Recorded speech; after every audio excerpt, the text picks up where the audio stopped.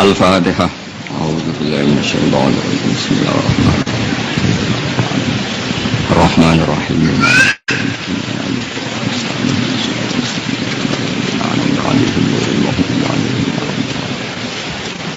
Allahumma shalli wa sallim ala nabiyil karim sayyidina Maulana Muhammadin wa ala alihi washabihi ajmain. Amma ba'du.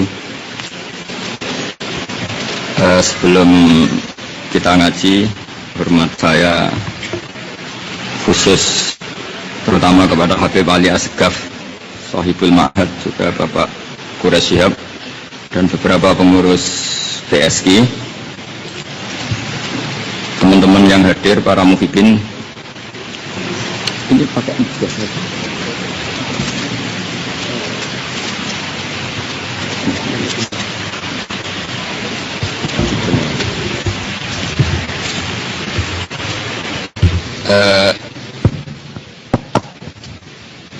saya akan mulai dari cerita kecil tentang ulumul Quran.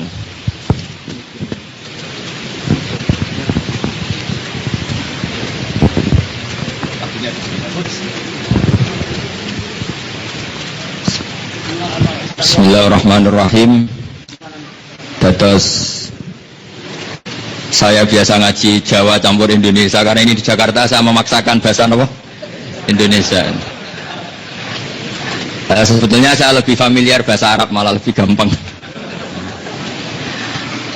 Begini ya.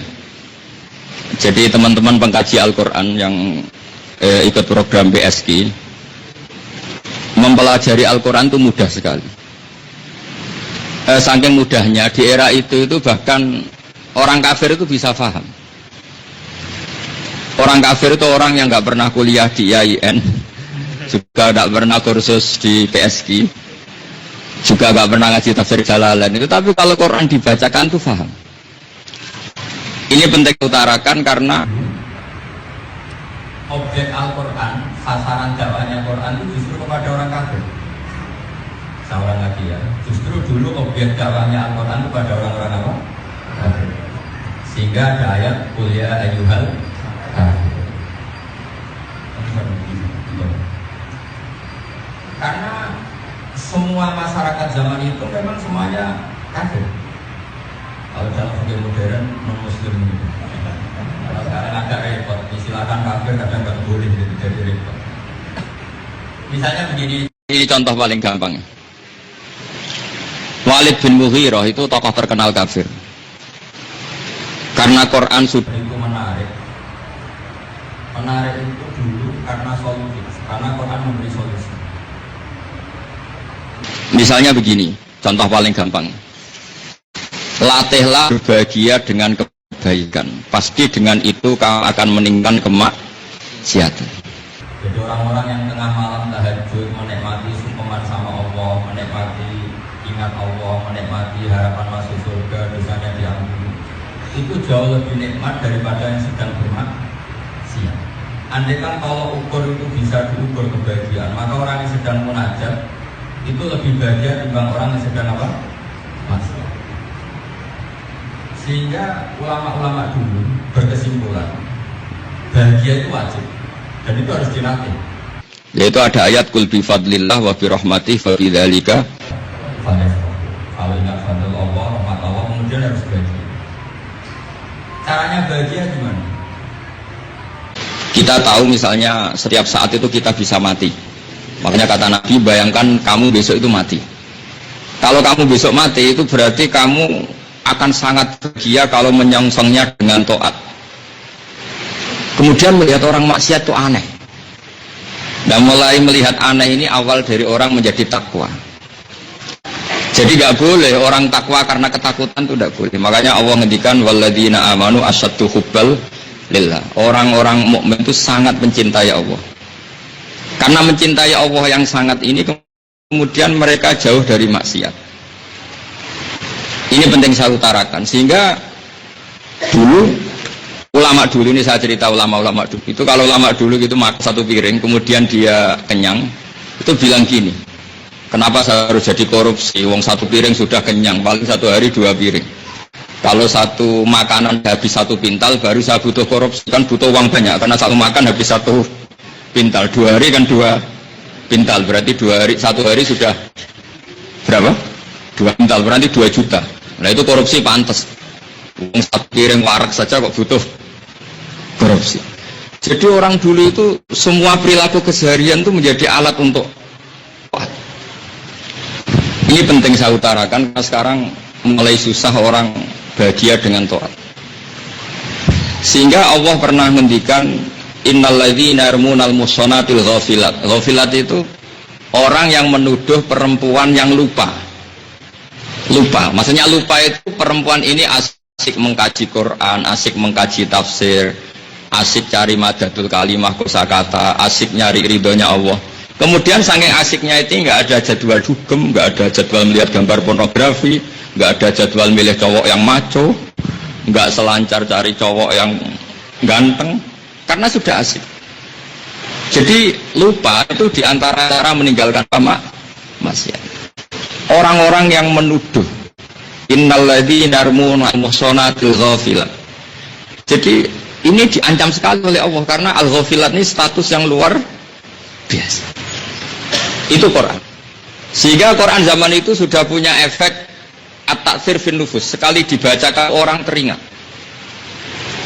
Kemudian tentu orang-orang kafir itu ingin menandingi Quran. Disewalah orang yang bernama Musailimah al-Kadzdzab. Ada nggak ada yang baca Musailamah? Kalau umumnya di sini baca apa? Apa? Musailamah. Pakai fathah ya? Pakai fathah katanya. Sudah ikut saja sama anak-anak BSK.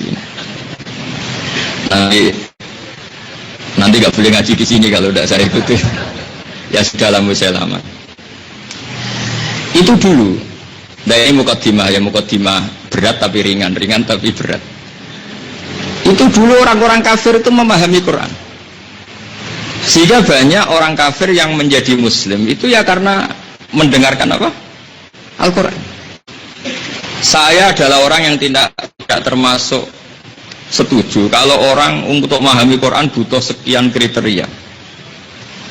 Kalau untuk fatwa ya betul butuh sekian kriteria, tapi kalau sekedar untuk memahami Quran itu nggak butuh banyak kriteria. Karena Quran itu galul, mudah. Disebut walaqad yassarnal Qur'ana lidzikri fahal mim muddakir. Saya punya sekian cerita betapa Quran itu mudah. Jadi dulu ada seorang khotib itu ya tukang khutbah atau baru ngambil pidato lah khutbah. Si khotib tadi dalil gini. Fawarabbis sama'i wal ardi innahu lahaqqum mitsama annakum tantikun. Demi Tuhannya langit dan bumi, Quran itu hak. Dia langsung mendatangi si khotib tadi. Si khotib tadi, ini orang Bedui.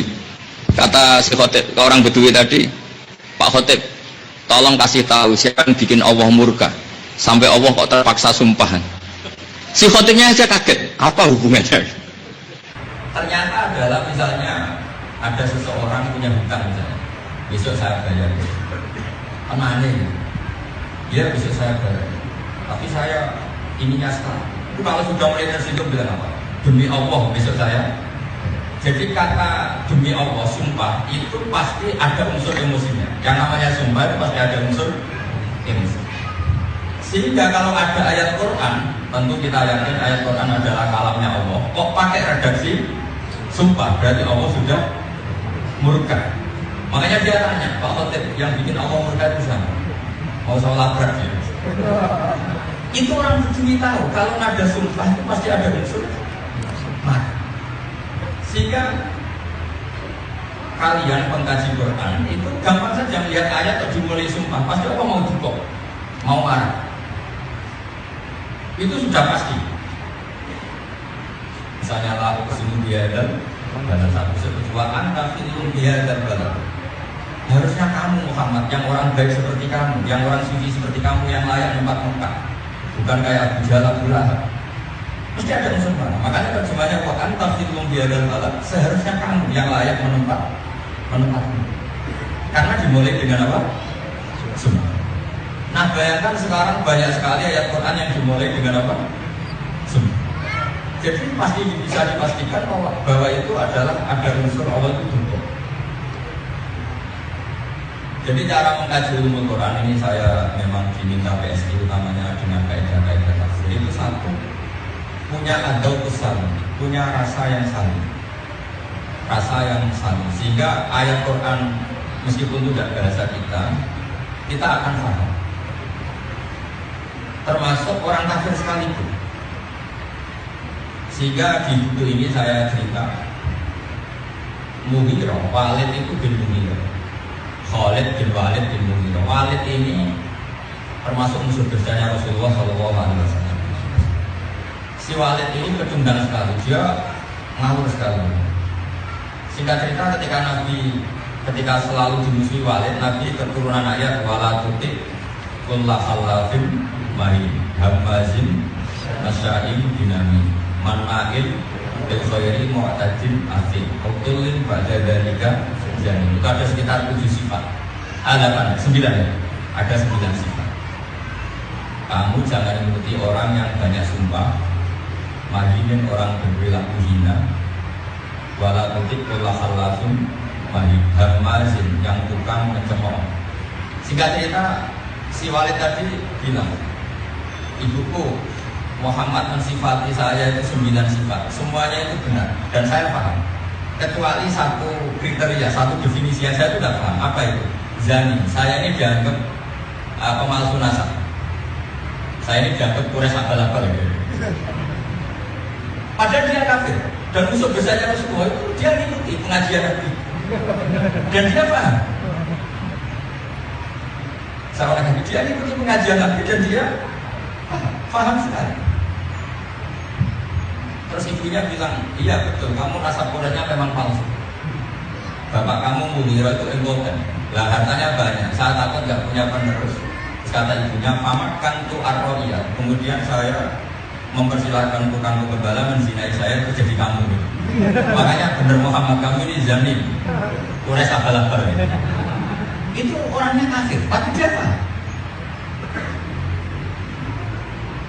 Cerita kedua adalah Jubair bin Mut'im. Dia tokoh Quraisy yang datang ke Madinah itu mau jadi negosiator penebusan. Jadi Asra Badrin, tawanan-tawanan perang Badar itu kan boleh dilepas kalau apa?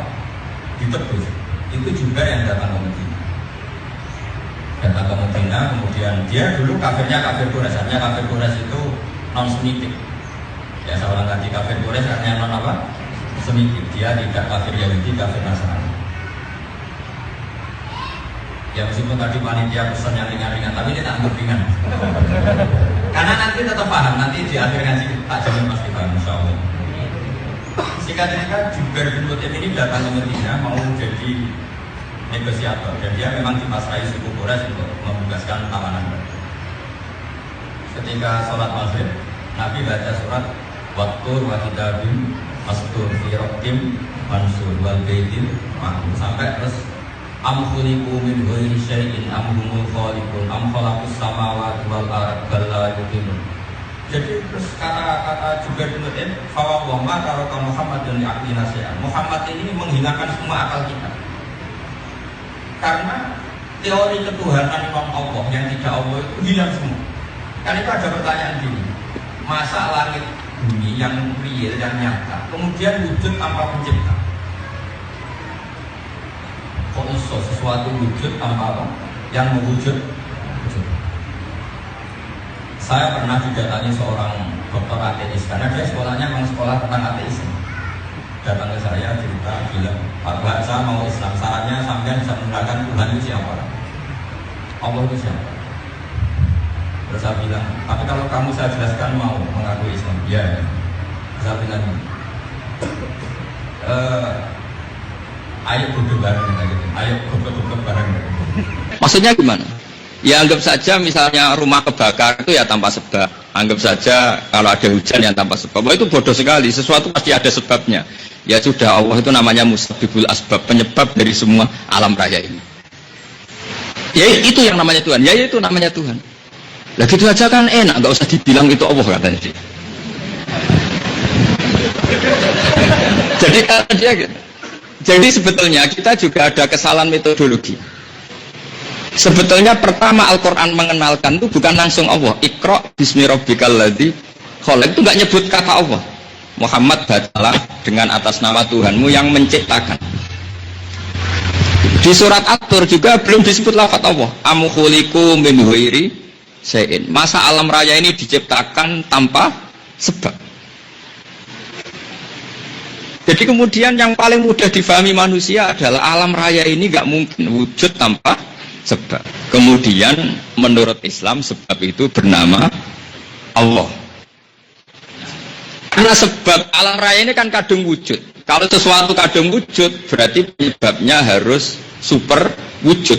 Itu oleh ahli tauhid disebut wajibil wujud. Karena alam raya ini diciptakan, tentu yang menciptakan lebih dulu. Maka kita sifati qadim atau disifati al-awwal. Itu sebetulnya metode tauhid mulai dulu. Akhirnya Jubair bin Mut'im itu langsung bilang, iya Mat ya. Ya sudahlah, saya Islam saja. Jadi dulu Quran itu dibaca itu penuh. Sehingga ayat-ayat tauhid argumentasinya itu ya urut. Ada cerita lagi yaitu pengawal Fir'aun itu menjadi mukmin itu bukan karena apa-apa, ya karena pertama kata Musa ditanya Fir'aun, wa ma rabbul alamin, Tuhan kamu itu siapa? Musa masih rileks, rabbus samawati wal ardi, yang menuhani langit dan bumi. Kata Fir'aun, ma'alimtu lakum min ilahin ghairi, setahu saya di bumi yang jadi Tuhan saya tok. Soal kemungkinan di langit terus Haman dipanggil, ya Haman sini, ya Haman nili surhal ali abluhul asbab samawati fa'attali'a ila ilahi Musa. Haman, saya bangunkan piramida yang tinggi. Saya penasaran. Kalau ada Tuhan di sana, mau saya lihat katanya. Jadi Firaun itu masih baik, mau melihat Pak. Tapi Nabi Musa tahu ini Firaun nggak benar, ini cara logika nggak benar. Untuk mencari Tuhan saja butuh apa? Piramida. Ini pentingnya seorang Nabi. Dia itu fatona sekali, cerdas sekali. Nabi Musa langsung logikanya dibalik. Tidak mensifati Allah Tuhan langit dan bumi, tapi mensifatinya gini, Rabbukum wa Rabbu abaikumul awalin. Kira-kira terjemahan bebasnya, yang menuhani nenek moyang kamu. Itu pengawal Fir'aun separuh langsung mukmin. Iya, kali ini Tuhan berarti nenek moyangnya tidak punya Tuhan. Kan Tuhannya masih balita kan kira-kira gitu. Itu. Jadi ini Fir'aun Tuhan, mbah-mbah Tuhannya lahir barusan. Fir'aun kan barusan punya bapak, punya mbah, punya kakek, berarti babanya dulu tanpa Tuhan. Ini nggak benar, ini Tuhan terlambat, nggak benar ini. Itu gampang sekali dulu tauhid. Makanya itu orang kafir. Pengawal Fir'aun semuanya kafir, tapi dengan logika tauhid tadi paham dia. Iya, kalau Fir'aun Tuhan, berarti babanya dulu tanpa Tuhan. Sehingga kalau Quran melogika Tuhan itu gampang sekali. Misalnya tentang menafikan Tuhan Yesus, itu Quran ya ceritanya sederhana. Mal masih ibnu Maryam illa rasul qad khalas min qablihir rusul wa ummuhu siddiqah kana yaqulanit ta'am. Ya Isa dan Maryam itu sama-sama doyan makan gitu toh. Karena enggak kebayang misalnya itu tadi, misalnya Ustaz Wafa punya tamu Tuhan, satunya tamu Tuhan kayaknya lemes, setelah saya kasih makan baru sehat deh. Kan enggak kebayang punya Tuhan yang sifatnya seperti itu. Terus Tuhannya marung itu. Alhamdulillah saya sedang gratisi Tuhan, tadi makan di saya terus tak gratisin. Kan nggak kebayang. Jadi kalau untuk menafikan Tuhannya Yesus, Quran sederhana aja bilang kana yaqulanit. Jadi gampang sekali. Dulu ya, ini saya kemarin ketemu Pak Kores, beliau pesan membantu anak-anak PSG. Ini saya bantu. Cara berargumentasi secara Quran itu gampang sekali. Dan saya tiap ngaji sering cerita, dulu orang-orang kafir Mekah, karena kafir itu ada dua nanti ya, kafir Mekah yaitu non-semitik, dan Nabi setelah di Madinah kumpul sama kafir yang semitik yaitu Yahudi apa? Nasrani. Itu temanya beda sekali. Dulu kafir-kafir Mekah itu cara berpikir, urusan banyak, kasus banyak, problem banyak, ya Tuhannya harus banyak. Ya orang kan macam-macam kan, mahasiswa mungkin urusi sekupri, yang mbak-mbak mungkin cari jodoh, macam-macam, semuanya banyak masalah. Kalau Tuhannya satu tidak cukup, Tuhan harus. Makanya ketika Muhammad ini ngajak satu Tuhan, mereka bilang aja alal alihata ilaha wahida inna hadza la syai'un ujab. Masa Tuhan satu, ini aneh Mat Muhammad. Enggak bisa, Tuhan harus banyak, urusan banyak kok Tuhannya satu, tidak cukup Mat. Tapi Nabi secara telaten bilang, telaten itu kontinu, istiqomah bilang, kata Nabi, kalau kamu jadi pembantu punya majikan banyak, perintahnya beda-beda, kalau nggak dituruti marah, itu seneng. Ya nggak enak Mat punya pembantu apa Punya bos banyak itu udah enak. Enak mana? Punya bos banyak sama bos satu. Enak satu. Lah ya Tuhan kamu itu bos kamu yang ngurusi kamu. Kalau tuh banyak repot. Ya mat satu aja kalau gitu. Jadi dulu gampang sekali ngajarin tauhid. Dan itu ajaran Allah. Daraballahu mathalan rajulan fihi syuraka'u mutasyakisu nawarajulan salamal lirajul. Allah membuat satu analogi. Yaitu kalau seseorang jadi pembantu, punya bos satu sama bos banyak itu enak mana? Enak bos satu. Kalau banyak perintahnya beda-beda, kalau nggak dituruti tersinggung. Akhirnya iya ya, kalau Tuhan banyak perintahnya beda-beda kita jadi repot. Ya sudah mat, Tuhannya satu saja. Itu Nabi. Begitu juga ketika Nabi ngelatih ikhlas. Ikhlas itu kan sesuatu yang kata orang-orang itu sulit. Sebetulnya tuh amal paling mudah itu ya ikhlas. Saya ada ikhlas-ikhlas amat, cuma mudah melakukan ikhlas. Saya ngaji di Jogja ya habis ngaji pulang, di rumah saya juga gitu, karena ikhlas itu menurut saya mudah. Karena andaikan orang dulu belajar ikhlas dengan hadisnya Rasulullah SAW, maka ikhlas itu mudah sekali. Nabi itu kalau nyontohkan ikhlas itu begini. Kamu kalau tidak ikhlas, kalian kalau tidak ikhlas itu sebagaimana, saya masih hafal teks hadisnya. Karojulin istaro abdan bikholisi malih. Min warikin au dahabin fayastari faja'ala ya'malu wa yu'tihu latahu li ghairi sayyidih ayyukum sarruhu ayyakuna abduhu kadzalik. Saya terjemah ya. Kalau kamu tidak ikhlas, tidak amal untuk Allah Ta'ala, itu ibarat seseorang yang beli pembantu gitu, atau nyewa pembantu, dia bayar sendiri dengan uangnya apa? Sendiri. Disuruh nyupir digaji 5 juta. Kemudian pembantu ini nyupir, misalnya nyupir Grab sampeyan atau taksi sampeyan, setelah nyupir gajinya dikasihkan orang lain. Jadi Nabi nyontohkan itu mudah sekali. Ibarat orang ikhlas itu, kamu beli pembantu atau beli budak dulu, dia kamu pekerjakan menghasilkan uang, kemudian hasilnya dikasihkan orang lain. Jadi taruh saja misalnya punya ladang, nyewa pekerja supaya manen, terus panennya dikasihkan orang lain. Terus Nabi tanya, apa ada yang seneng kalau menyewa orang disuruh panen, kemudian hasil panennya dikasihkan orang lain? Wah, tidak ada yang seneng Muhammad punya pembantu kayak gitu.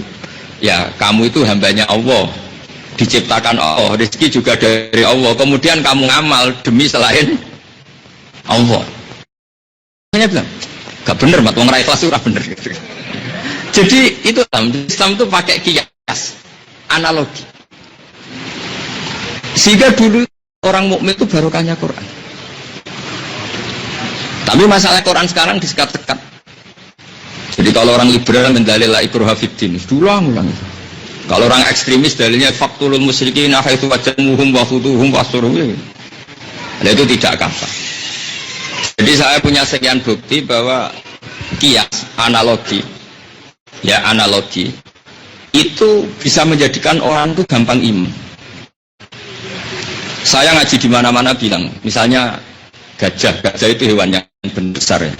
Tapi sama Allah tidak dipakai contoh. Ketika orang-orang kafir meragukan kekuasaan Allah, Allah malah ngendikan innallaha la yastahyi ayyadriba masalam ma ba'udatan fama faqaha. Allah itu tidak malu kalau bikin contoh itu seekor apa? Nyamuk. Saya berkali-kali bilang, tidak usah bahas nyawa ya.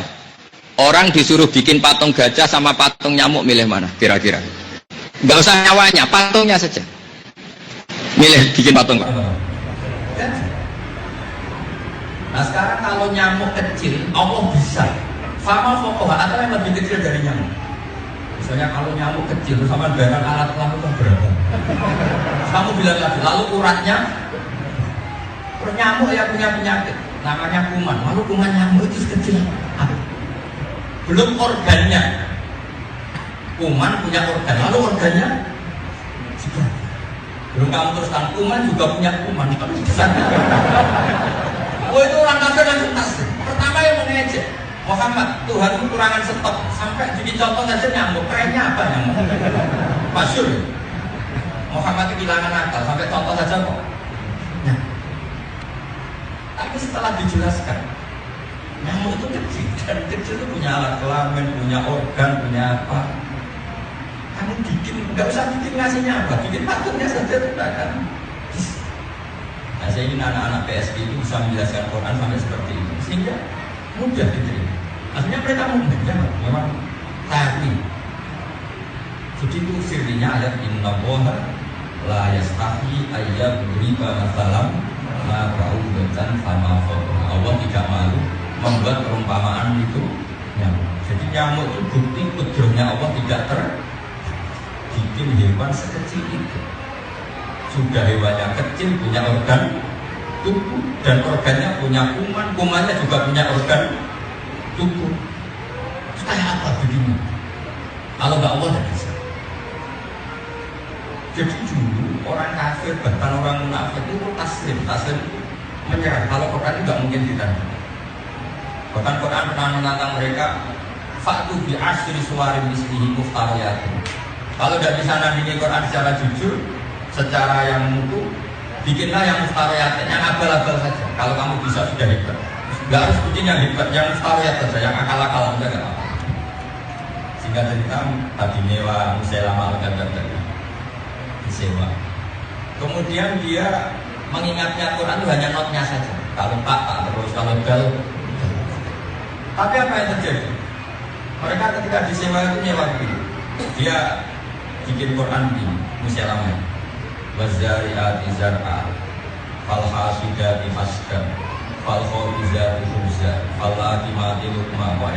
Demi perempuan-perempuan yang menanam padi, demi perempuan-perempuan yang memanen, kemudian bikin roti, kemudian dimakan. Sampai yang nyewa itu, ini apa-apa? Mutunya itu gimana? Bandingkan dengan Quran misalnya Wadhariyati darba. Dhariyat itu jamaknya darba. Darba itu kekuatan terkecil.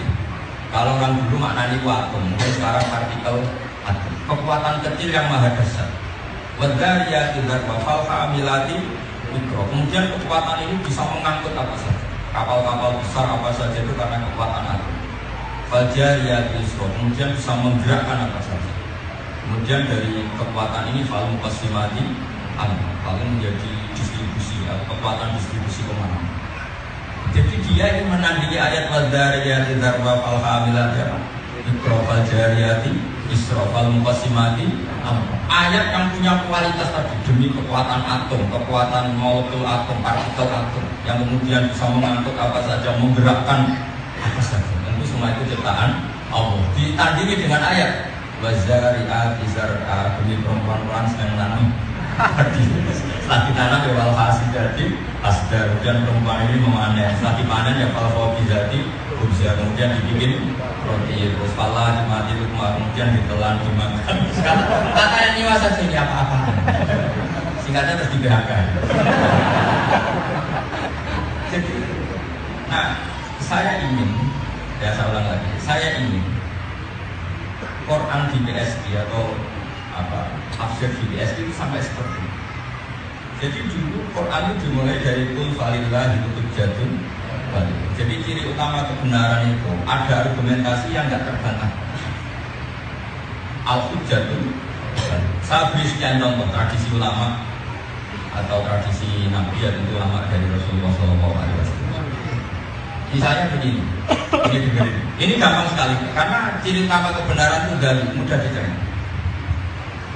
Nabi pernah ngendikan gini, al-qatil wal maqtul finnah, yang bunuh dan yang dibunuh itu di neraka. Sahabat tanya, hadza al-qatil fama baru maqtul. Oke ya Rasulullah, kalau qatil masuk neraka enggak apa-apa, dia kan pembunuh. Lalu dosanya yang terbunuh itu apa?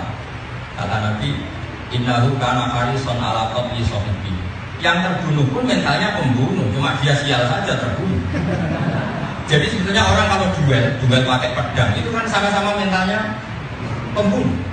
Cuma ada yang sial, akhirnya terbunuh, kata Nabi. Lalu, oke ya Rasulullah, kalau yang qatil masuk neraka, kalau matul, yang terbunuh masa masuk neraka, dia kan teraniaya, dia terbunuh. Kata Nabi, ya nasibnya terbunuh, tapi mentalnya pembunuh. Ya terus, ya oke. Jadi gampang sekali Nabi kalau memberi apa? Memberi apa? Penjelasan. Nabi kalau guyon itu ya benar nggak bohong.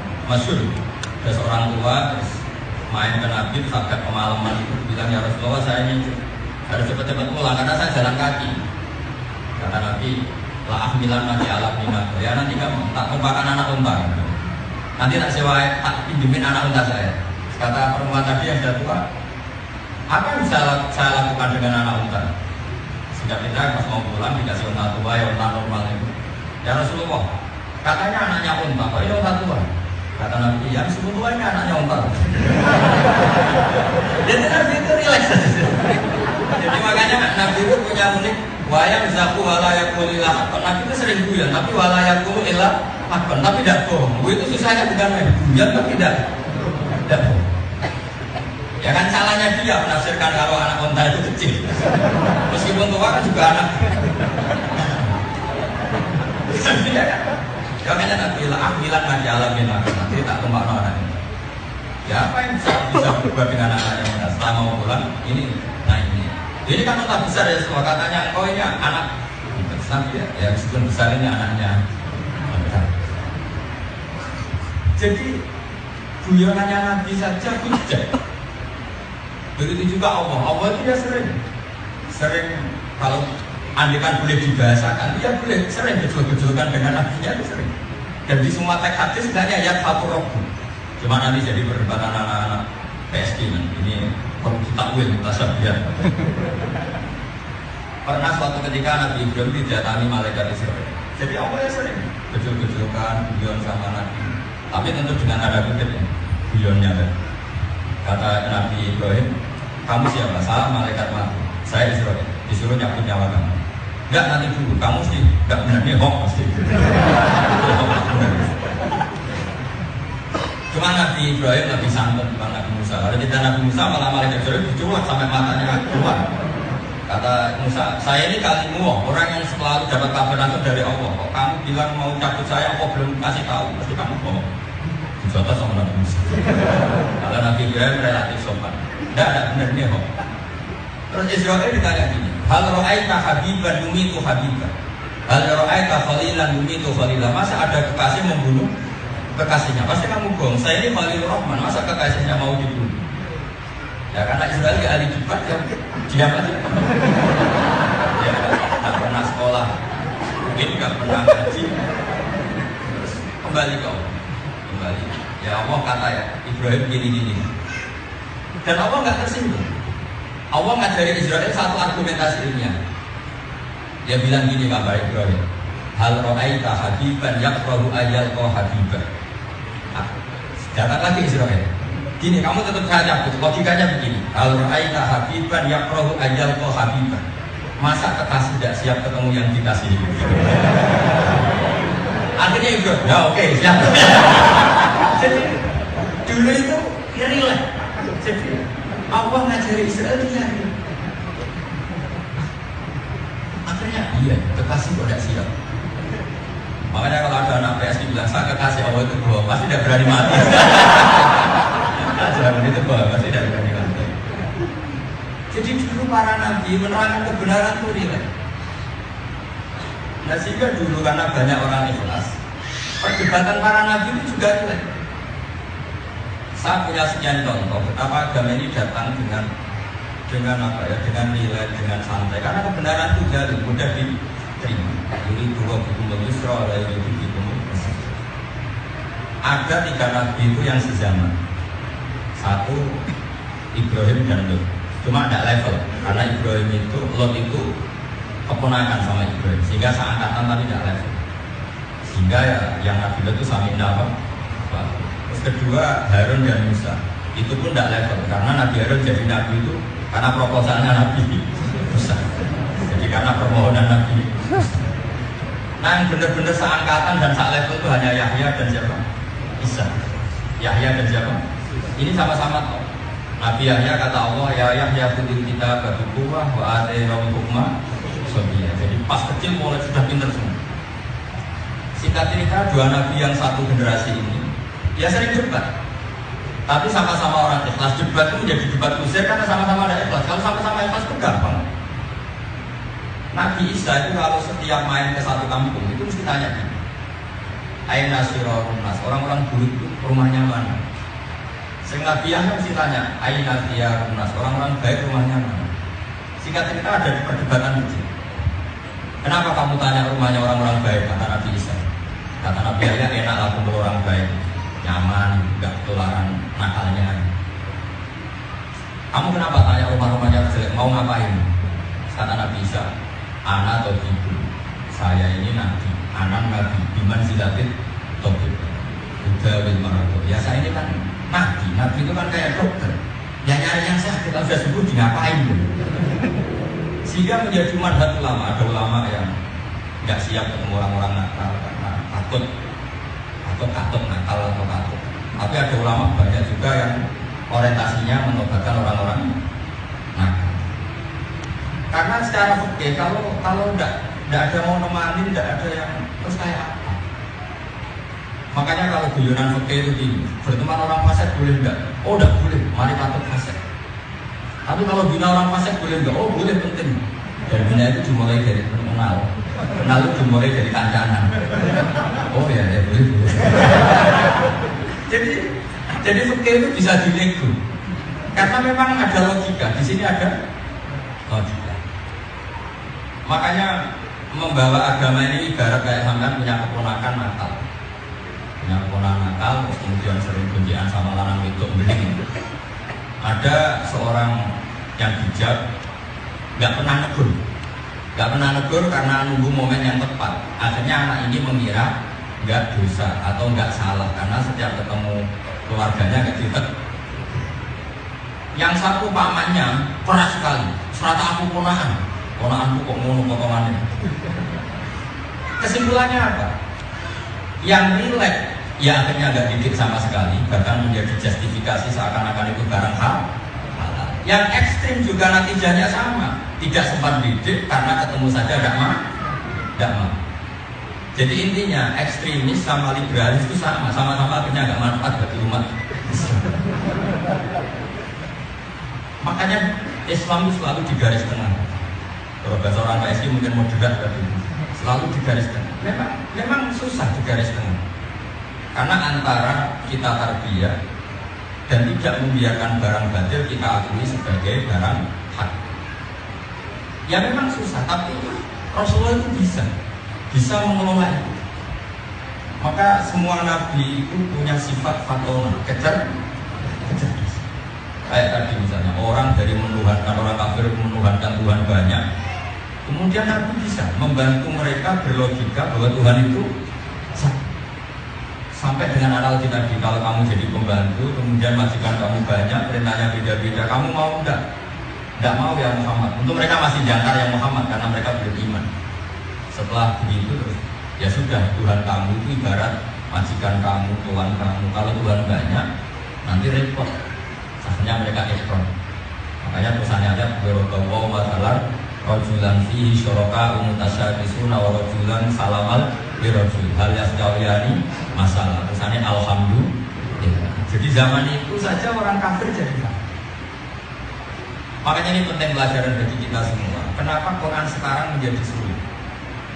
Karena tadi Quran itu diterjemah, kemudian dari terjemah itu ada orang yang latah menfatwakan hukum dengan hanya berdasarkan terjemah. Dan itu yang terus menjadi sulit. Andaikan Quran dibiarkan sebagai Quran dengan kekuatan jamil kalimnya, satu kalimat yang komplit, yang mukjizat, insya Allah Quran itu mudah. Saya beri sekian contoh misalnya ini. Saya pernah ditanya, terus kenapa Quran yang mengajarkan akhlak, kemudian Quran itu kadang kasar, misalnya membahasakan orang kafir itu sumum, hukmun, umyun. Umyun itu terjemahan bebasnya itu buta. Kalau orang Jawa pijak. Terus saya beri contoh gini. Misalnya ada orang buta lewat kemudian nabrak meja ini, itu karena apa? Karena buta. Kenapa kok nabrak meja? Karena tidak tahu.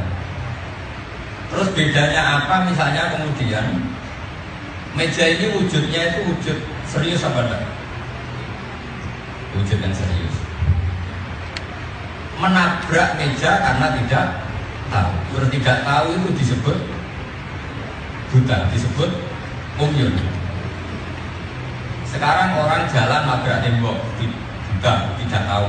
Kemudian nabrak tembok karena tidak, berarti tidak tahu barang wujud yang bernama tembok, kemudian ditabrak. Sekarang pertanyaannya, Orang kafir tidak tahu Allah, padahal zat yang menciptakan. Natijahnya sama-sama tidak tahu. Dan tidak tahu itu bahasa Arabnya umyun, tidak. Jadi sebetulnya bahasa umyun bukan kasar, sesuatu yang tidak mengenali barang hak, ya namanya umyun. Jadi ya biasa saja. Tapi orang kadang mengartikan ini Quran kok kasar. Karena tadi dia memahami Quran itu tidak dengan filsafat ilmu Quran. Sebenarnya kalau pada filsafat ilmu Quran itu sederhana saja. Kalau ada orang buta lewat kemudian menabrak ninja, dianalisis karena tidak. Kalau ada orang menabrak kebenaran, ya karena namanya tidak. Natijahnya tidak tahu, itu disebut buta. Yang satu buta fisik, yang satu buta mata.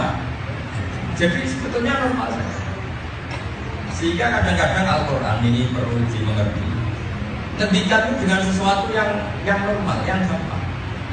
Misalnya begini, kalau sampai mengkaji ilmu psikologis, ini pasti paham ayat ini. Para sahabat itu kan perang. Yang namanya perang kan ada tangannya putus, ada yang kena pedang, ada yang kena panah. Singkat cerita terus mereka ngeluh, ya Rasulullah, gara-gara kita perang kemudian kena pedang, kena panah, kita sakit. Tapi apa jawaban Allah? Kiranya para sahabat itu akan diapresiasi oleh Allah atau diapresiasi oleh Rasul. Ternyata jawabannya Allah apa? Iyam saskum korkum fakut masal koma korkum.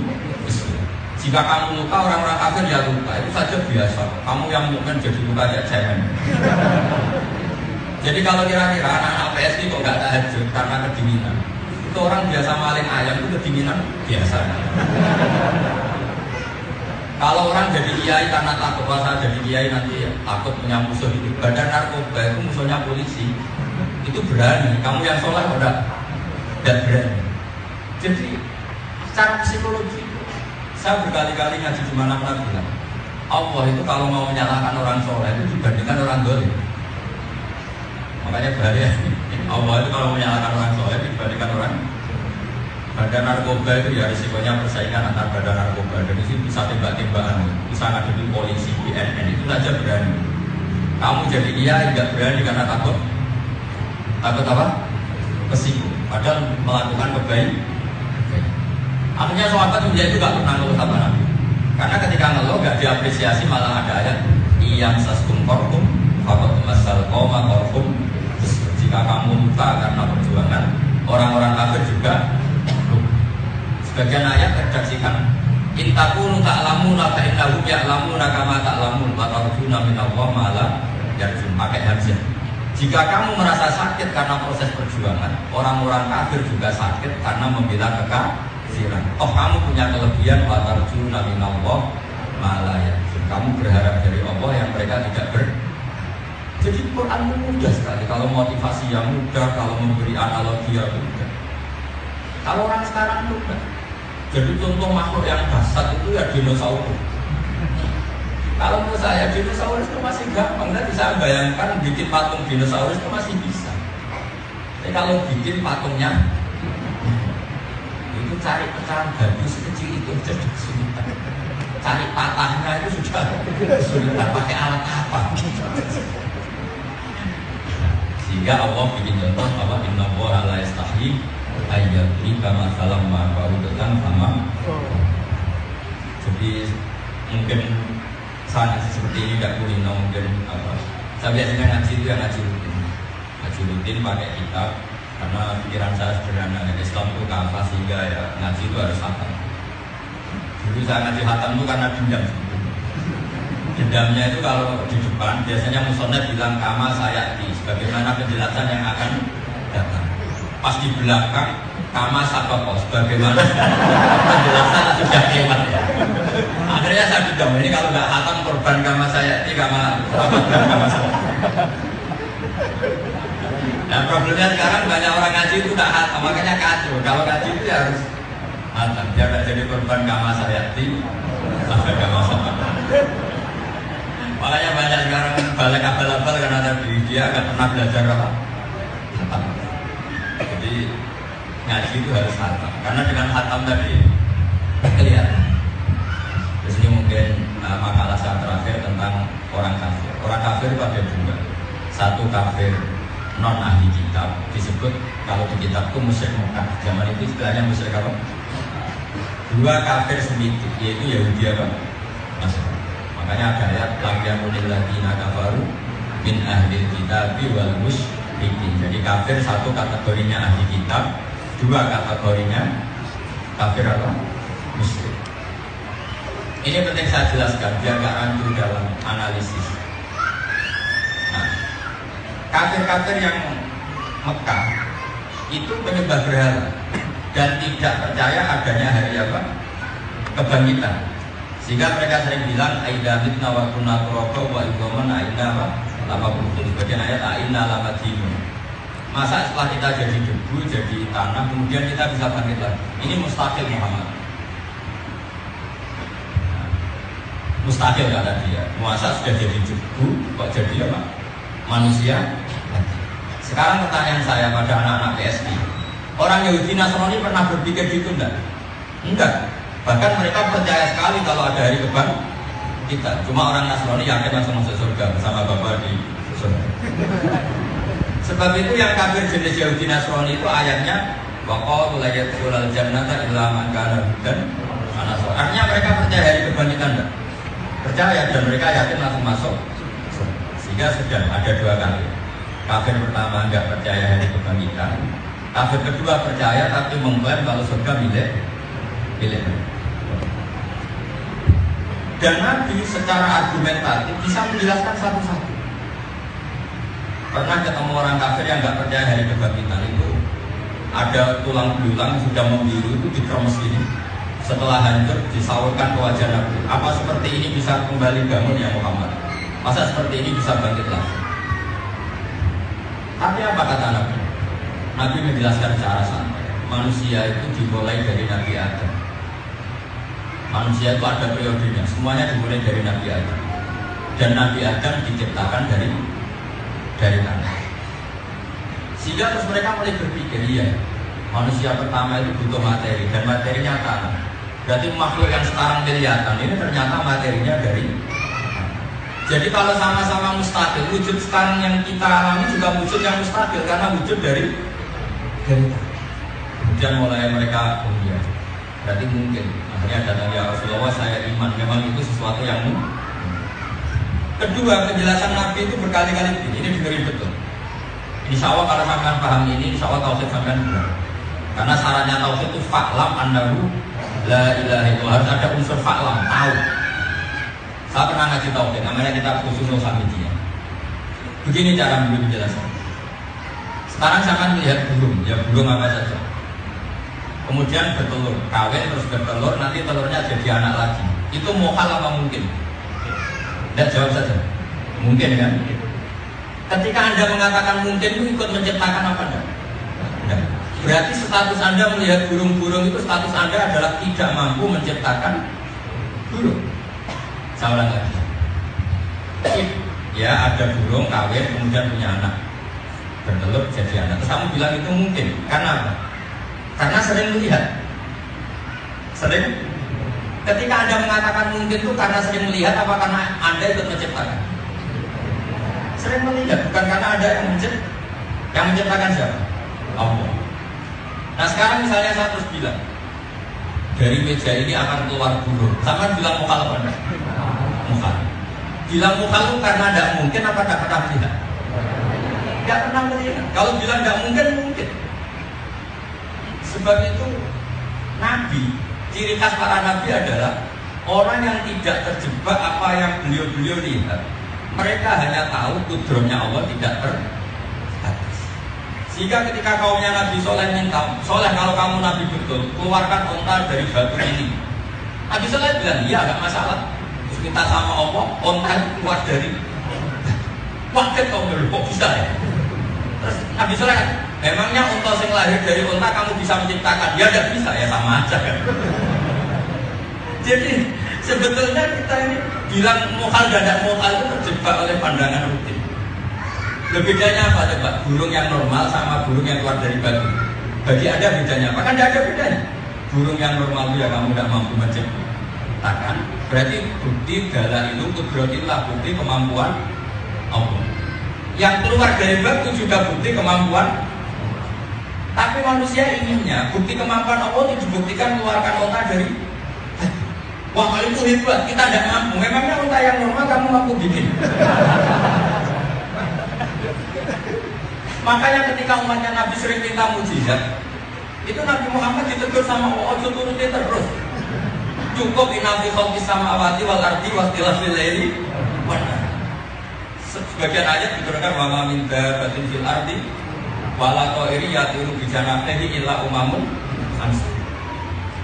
Karena logika yang terbangun, saya mohon semua umatnya Nabi harus cerdas seperti ini. Saya ulang lagi. Burung yang sering terbang itu kamu bilang mungkin kan? Mungkin, wajar kan? Lalu Anda terlibat gak dalam penciptaannya? Lalu kalau unta keluar dari batu seperti mujizatnya Nabi Soleh, wajar gak? Enggak, mungkin enggak. Kamu mampu gak? Terus sama unta yang wajar mampu gak? Gak kan sama. Sehingga para nabi itu tahu betul kalau semuanya itu bukti kekuasaannya. Dan Nabi itu orang yang nggak pernah terdikte oleh fenomena alam. Jika Nabi ya tenang saja karena mengandalkan kudroto.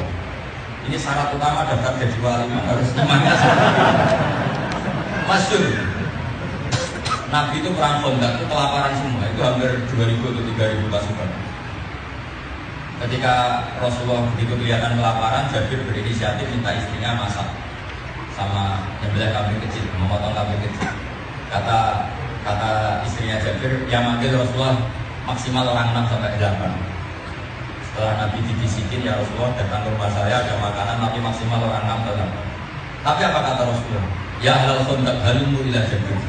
Ayo orang Khandaq datang semua ke rumahnya Jabir, dia bikin makanan. Wah itu istrinya marah-marah. Sesuai tabiat asli perempuan. Wah, kamu bodoh sekali, saya sudah bilang orang mam ini malah orang banyak. Katanya, harus sudah bilang, tapi Nabi tidak nurut. Tapi apa yang terjadi? Semua itu makan dan kenyang semua. Ya karena tadi, pertanyaan saya begini, beras menjadi beras itu wajar kan? Anda ikut menciptakan? Tidak mampu kan bikin beras. Beras jadi nasi, kemudian bikin kenyang, terus sistem saraf bekerja, sistem urat bekerja, kamu ikut mampu gak? Jika pikirannya Nabi, setelah didongani Nabi, orang 3.000 makan semua. Kata orang tua, kok bisa? Memangnya beras biasa kamu bisa bikin? Tidak bisa juga kan? Dan Nabi itu orang yang gak terdikte oleh alam yang dilihat, sehingga beliau tahunya hanya kudratullah tidak terbatas, sehingga santai. Nabi sesantai-santai. Nah, peristiwa Mi'raj itu jelas seperti ini. Misalnya ada listrik wajar, ada kekuatan pesawat wajar. Memangnya kalau wajar Anda bisa bikin platinum, Anda bisa bikin kekuatan ini, kan ya tetap tidak bisa. Karena sering terjadi kamu katakan mungkin, yang nggak pernah terjadi kamu katakan mau. Maka kata Imam Sanusi, awal dari kemusyrikan adalah Rabtul adat, Rabtus sabat al-adi, mengkaitkan sebab adat dianggap satu hukum yang final. Padahal kita sering terjebak tadi. Saya ulang lagi ya, sehingga kita terbiasa mengatakan misalnya ada burung terbang itu kayak ada bukti kudratnya Allah. Tapi kalau burung keluar dari Dimas Kanjeng itu kayak bukti kudratnya Allah, ya enggak, ya sama saja. Yang wajar pun Anda tidak mampu menciptakan. Sehingga Allah berkali-kali mensifati dirinya, saya adalah zat yang menciptakan. Ini penting saya utarakan. Jika para nabi itu ya tenang saja. Karena beliau-beliau ini tahu kudratullah tidak masyhur. Sama tadi kita ini perang Badar itu musuhnya Nabi itu 1.000, sahabat hanya 300. Pasnya 315, tapi kita belajar 300. Itu satu pedang untuk orang 10. Jadi kalau perang kegentingan kan lucu perang kegentingan. Oh itu mesti kalah ya. Kalau teorinya mesti kalah. Tapi Nabi ya santai saja. Ketika itu gak masuk akal, sahabat gak mau ikut. Nabi bilang gini, la akhrujan walau bisa tetap ke Badar meskipun sendirian.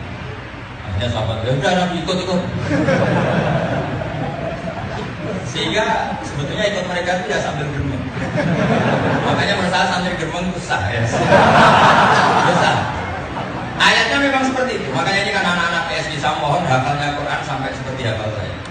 Memang teksnya gitu. Kama akhrajaka rabbuka min baitika bil haqq wa inna fariqam minal mu'minina lakariun. Quran pun menerangkan itu. Peristiwa Badar adalah kamu dikeluarkan dari rumah kamu Muhammad kemudian ke Badar dan orang-orang mukmin keluar dalam keadaan beruntung.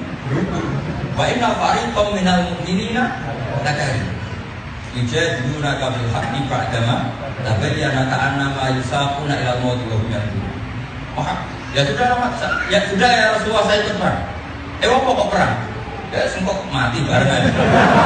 Karena yakin kalah, karena tadi peralatan perangnya ada imbang. Makanya mereka ka'annama yusaquna ilal maut. Bagaimana mereka didatangkan menuju kematian. Tapi apa kata Allah? Allah itu adegan boleh dibahasakan, logikanya itu lebih masuk akal. Kata sahabat kan, Mat, kalau perang itu yang imbang ya Rasulullah, kalau perang itu yang imbang, kalau tidak imbang jangan. Tapi adegan boleh dikatakan, logikanya Allah lebih masuk akal. Wa id ya'idukumullahu ihda ta'ifataini annaha lakum wa tawadduna anna ghayra dzati syauqati takunu lakum wa yuridullahu an yuqal haqqa bi kalimat. Muhammad, para sahabatmu ingin perang yang ringan-ringan, yang imbang, yang ringan. Tapi Allah ingin menunjukkan kemampuannya, menunjukkan kekudrohannya, sehingga ingin menunjukkan pasukan kecil mengalahkan pasukan besar. Kira-kira gini, nak kue menang mergo besar mengalahkan kecil, kan nggak menunjukkan kudro saya.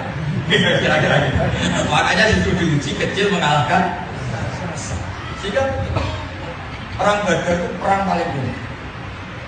Ketika 300 ini seri pertama kalah, seri kedua kalah.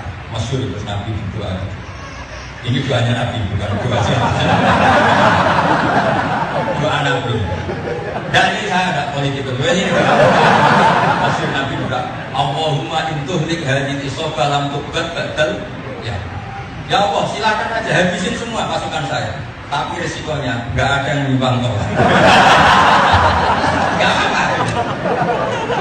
Yang tahu kalau engkau Tuhan itu hanya pasukan saya. Kalau engkau habisi sudah nggak ada yang kenal kamu Tuhan. Selesailah cerita ini. Singkat cerita akhirnya Allah mendatangkan malaikat. Dan kelihatan kalau Nabi Rasulullah itu muka syafa betul. Ketika malaikat datang, itu Nabi senyum dulu. Terus bilang gini sama sahabat, ya udah kamu tenang saja, ini malaikat sudah mau ikut perang. Itu ada beberapa cerita lucu betul. Itu ada beberapa sahabat mungkin yang agak hitam bedil itu. Memang hitam bedil. Terus dia membawa Abbas paman Rasulullah. Zaman itu secara dohir belum Islam. Saya bilang secara dohir belum Islam. Bahkan beliau masih ikut perang apa? Badar, jadi pasukan kafir. Setelah ditawan, ya Rasulullah ini tawanan saya, maka hak ghanimah itu milik saya. Kata Abbas, ya Rasulullah, yang atas sana curang yang ganteng tidak orang ini. Kata Nabi, ya betul, tadi malaikat yang bantu di perang apa? Ada sahabat lagi nuntut ghanimah. Saya nuntut ghanimah ya Rasulullah. Yang bunuh Abu Jahal itu saya, yang bunuh ini saya. Kata sahabat-sahabat. Tapi ada sahabat yang jujur. Apa betul gitu ketika tanya? Enggak Nabi. Pas mau saya bacok itu kalau bahasa Jawa sudah terputus kepala. Akhirnya mereka ngaku ini nggak ada yang wajar. Orang Badar itu nggak ada. Makanya terus Allah berbilang para sahabat falam taqtuluhum walakin Allah qatalahum kama romaita idromaita walakin Allah rom. Akhirnya mereka terus ikrar. Ya, terus cerita sendiri-sendiri. Ya Nabi, saya itu dari apa tahu-tahu orang udah gimana. Ya saya ingin anak PSG itu sampai seperti itu.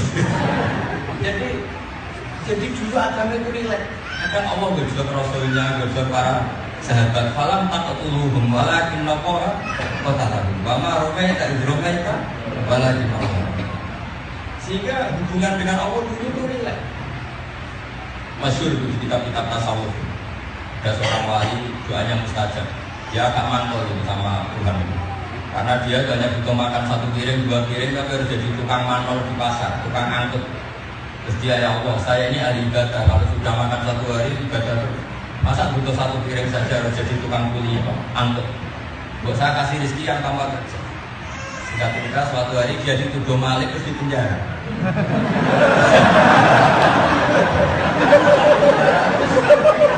Ya sudah dia makan tanpa apa? Ya Allah, kenapa kejadiannya gini?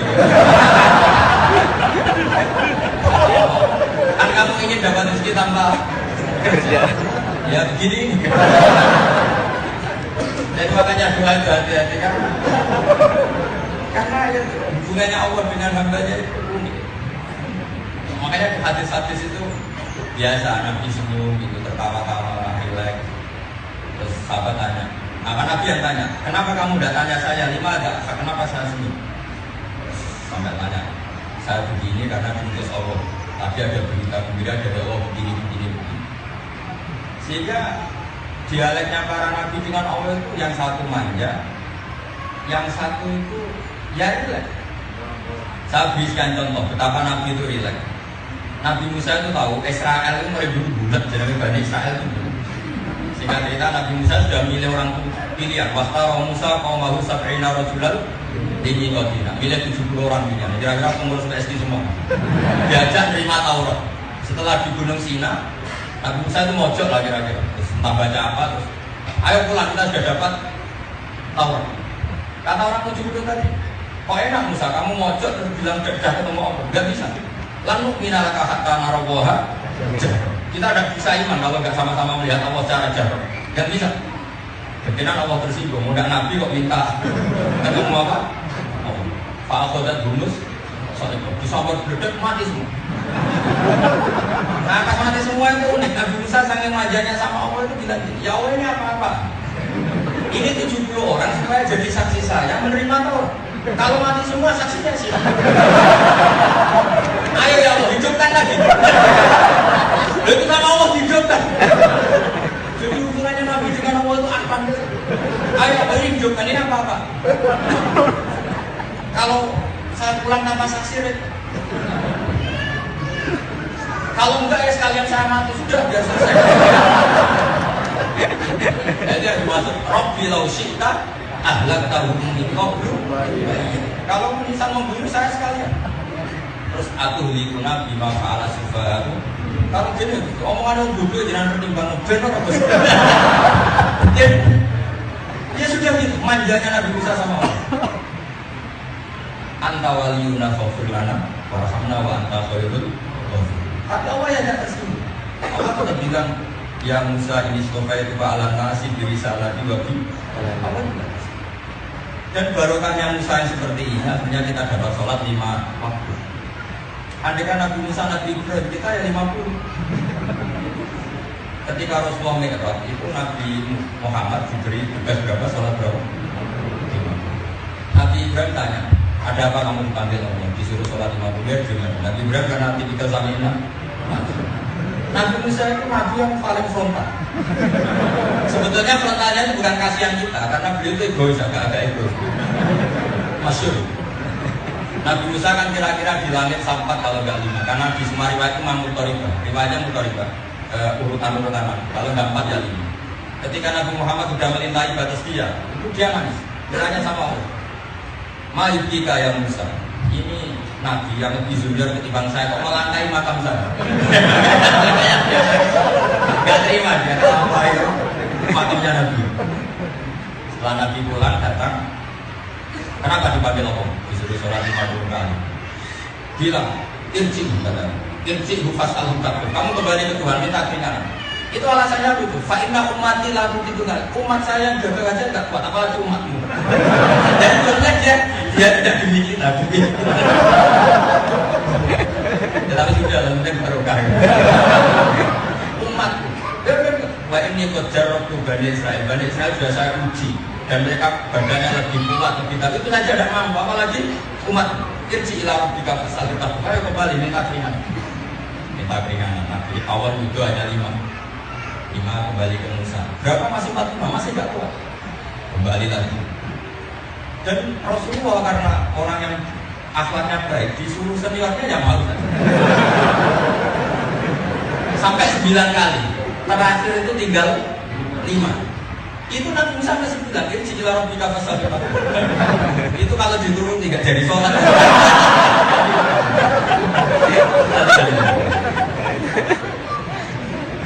Ya itu yang unik. Nggak artinya gini, dulu orang dengan Allah itu hubungannya itu manja ya. Sekarang enggak. Orang itu dibikin takut dengan Allah. Itu repot. Padahal ciri utama agama itu walladzina amanu asyaddu hubbal. Senang itu ya senang, nggak tertekan, nggak apa ya. Jadi saya mohon sekali untuk menciptakan rasa senang dengan Allah itu tidak senang. Sehingga kalau kita hubungan dengan Allah takut itu repot. Makanya di cerita para wali itu, meskipun cerita ini kadang orang-orang sekarang nggak setuju, tapi saya punya kitabnya. Abu Yazid Al-Bustami itu kalau sholat itu menurut semalaman. Singkat cerita dia tanya, orang yang setelah saya itu siapa ya Allah? Ternyata ditunjukkan orang yang tidur di pinggirnya, yaitu. Oh, itu nggak terima dia. Tapi dia ibadahnya tidak kayak saya. Terus kata Allah gitu, ibadah tenanan itu karena kamu nganggap saya ini terlalu formal. Jadi kalau nggak salah, kalau itu tahu saya baik, tahu saya ada apa-apa, terus ditinggal tidur. Jadi makamnya sama dengan kamu. Jadi orang kadang terlalu ibadah itu kan setengah suudzon gitu. Kalau berlebihan gitu, kalau berlebihan itu kan seakan-akan itu enggak. Seakan-akan rahmat Allah hanya bisa didapatkan dengan cara seperti itu. Tapi ada orang tidur karena aminan min makrillah, dia merasa Allah itu baik-baik saja. Dan memang sholat itu tidak wajib ya sudah. Jadi ya makanya masyhur dalam oleh para alamin. Saya Abdul Al-Haddad itu terkenal disiplin. Itu kalau ada murid masyhur, sama cari di kitab Al-Qawaid Al-Mukhtar karangnya Habib Ali. Dia muridnya Habib Zain. Itu Habib Ali, Habib Abdul Al-Haddad. Kalau ada orang ditanya, kamu punya guru siapa? Misalnya si A. Kalau ngajar pernah nangis enggak? Enggak pernah. Udah, gak usah ngaji orang itu, hatinya atas, gak pernah nangis. Tapi kalau saya Abu Hasan Asy'ari, beliau Al-Hasan, kebalikan. Kamu punya guru siapa itu? Pernah senyum nggak? Pernah tertawa nggak? Kalau nggak pernah. Udah berhenti, nggak usah ngaji, orang nggak bisa syukur. Karena yang memang masalah. Orang nggak bisa nangis atas suatu kolbi, nggak bisa senyum, nggak bisa tertawa juga atas suatu kolbi, orang udah bisa syukur. Makanya di Ihya itu di juz 1 itu Imam Ghazali meriwayatkan hadis inna min khiyari ummati qauman yadhakuna jarran min saati rahmatillah. Di antara umatku pilihan adalah nanti umatku yang kalau tertawa itu kenceng-kenceng, saking yakinnya banyaknya rahmatnya. Terus buaya buku nasiran min khaufi adabi, tapi kalau sudah bermalum dia nangis karena takut adabnya. Karena begini, saya sering dijajahi bapak saya, hak nak ajiri aja beliau. Kenapa? Wong omah wis sumpek mikir utang. Mau naik ngaji kok sumpek nomene. Sumpek peminggu. Jadi itulah, jadi dulu para nabi, para wali itu dengan Allah itu ya. Karena tahu Allah Ar-Rahmanur. Ini terakhir makalah saya tutup dari Ihya. Di Ihya juz terakhir, ketika Ihya ditutup, itu beliau cerita di bab saat rahmatillah, bab luasnya rahmat. Itu ada orang sudah di neraka, dibelenggu, diborgol ini, didatangkan Allah ke surga 2 orang. Ini nanti bisa kami praktekkan setelah diadakan. Setelah dipanggil Allah, kita yakin sama Allah. Ya Allah itu memang kadang seperti itu. Gimana di neraka? Enak. Ya gak enak, Gusti Sarwa makan. Tempat paling dulu ya neraka. Ya tapi kamu di dunia beli, kamu harus masuk neraka. Ya udah kembali. Kan satu keluar kencengan. Semangat dia mau berangkat. Kencengan. Terus kita kok semangat gitu. Ya Allah, saya sudah kapok ketika di dunia kalau pemerintah ada semangat ini. Ini pemerintah karena dia kapok di dunia kalau pemerintah ada semangat. Apa kata Allah? Ya sudah, kamu di surga saja. Baru banyak semangat lagi tentang. Saya kapok kalau zaman di dunia pemerintah leleh, makanya saya sekarang semangat. Malah dipanggil, udah kamu di surga. Yang satu enggak, lengah juga semangat. Ya, pokoknya enggak semangat. Ditanya, kenapa kamu lengah terus? Nengok terus enggak semangat dan neraka? Ya Allah, saya tidak pernah nyiram kau demikian. Tak kira setelah dipanggil di surga, enggak disuruh ke neraka. Makanya saya tadi janggal iskal. Masa engkau begitu?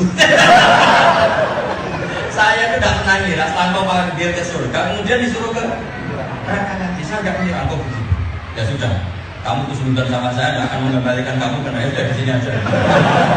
Jadi semuanya dibenarkan. Semuanya dibenarkan.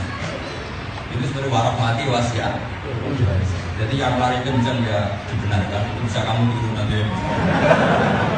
Yang pelengahan tolak-tolak ya dibenarkan karena anak indah goni aku. Jadi ini luar biasa sekali. Jadi saya mohon hubungan dengan kita dengan Allah itu hubungan yang santai, yang rileks, yang mahabbah. Saya kemarin ketemu Pak Godas masih diskusi tadi. La yutraqul haqqu li ajlil batil. Bahwa kita akan ngomong hak terus meskipun di dunia banyak maksiat, banyak kebali. Dulu banyak orang-orang sufi yang saking nganggep dunia sudah rusak, kemudian uzlah di atas gunung. Ini era gurunya Imam Ghazali yang diceritakan Imam Ghazali di kitab Minhajul Abidin. Setelah di atas gunung ya mereka rileks ibadah apa yang terjadi? Ada beberapa wali datang bilang begini, taraktum ummata Muhammadin fi aidil mubtadi'ah.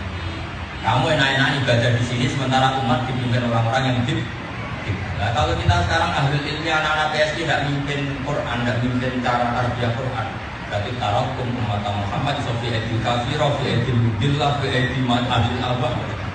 Jadi uzlah itu gayanya baik, tapi sebenarnya dia tidak ikut bertanggung jawab terhadap proses perjalanannya Muhammad Rasulullah Shallallahu Alaihi Wasallam. Makanya ini penting. Jadi ya sudah. Makanya saya berkali-kali fatwa di mana-mana. Kalau ada orang mati karena mobil oplosan, tetap harus ada dia yang datang. Meskipun mantel mau mati kok karena apa? Kita datang apa?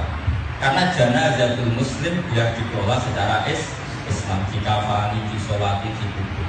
Dan nanti kalau ahlul haq gak ada yang datang, kemudian orang-orang ini punya cara baru. Terus dibekno juga tidak arah. Jadi kita datang bukan menghormati mayat, enggak, menghormati keyakinan Islam bila tetap berjalan. Dalilnya apa? La yutraqul haqqu li ajlil. Jangan sampai kebenaran ditinggalkan karena ada kebatilan.